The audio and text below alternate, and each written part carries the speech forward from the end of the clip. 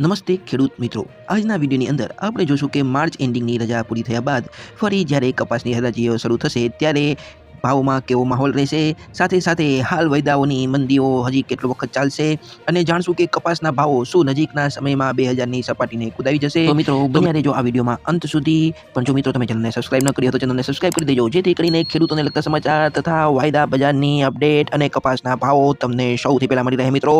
તો ચાલો શરૂ કરીએ આજનો આ વિડીયો. તો મિત્રો સૌથી પહેલાં જો કપાસના ભાવની વાત કરીએ તો પાછલા અઠવાડિયામાં વાયદા બજારોની સીધી અસર કપાસના ભાવો પર પડી હતી અને કપાસના ભાવો મણે 50થી લઈને 100 રૂપિયા ઘટી ગયા હતા. હવે જો મિત્રો રૂ બજારની વાત કરીએ તો રૂ બજારમાં પણ આ સ્થિતિ સર્જાણી હતી અને MCX કોટન વાયદો અને ન્યુયોર્ક કોટન વાયદામાં જે મંદી ચાલી રહી છે તેની અસર રૂ બજારના ભાવો પર પણ પડી હતી અને ખાંડીએ રૂપિયા 1200થી 1500 ઘટી ગયા હતા મિત્રો, અને ભાવ 60,000થી 61,000 પ્રતિ ખાંડીના બોલાયા હતા.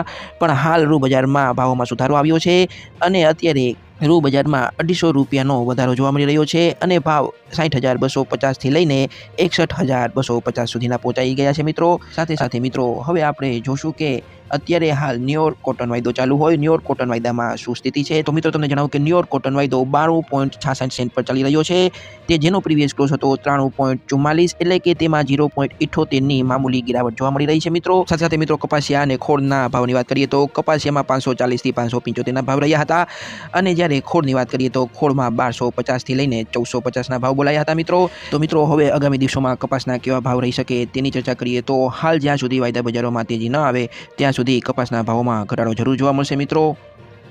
હવે સાથે સાથે વૈશ્વિક બજારની વાત કરીએ મિત્રો તો આ વર્ષે યુએસનું કપાસનું ઉત્પાદન ઘટ્યું છે અને દુનિયામાં સૌથી વધારે કપાસની નિકાસ કરતું ચીન પણ આ વખતે ઠંડીના પ્રકોપના હિસાબે ચીનનું કપાસનું ઉત્પાદન પણ ઘટ્યું છે.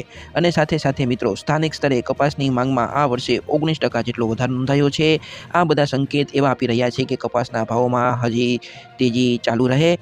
આ ટૂંકા ગાળાની મંદી છે મિત્રો, અને જો આ ટૂંકા ગાળાની મંદી પૂરી થશે પછી જરૂરથી જરૂર કપાસના ભાવોમાં સુધારો આવશે તેવી આશા છે મિત્રો. તો મિત્રો હવે આપણે જોશું કે ગુજરાતની તમામ માર્કેટ યાર્ડની અંદર છેલ્લે કપાસની હરાજીના શું ભાવ બોલાયા હતા.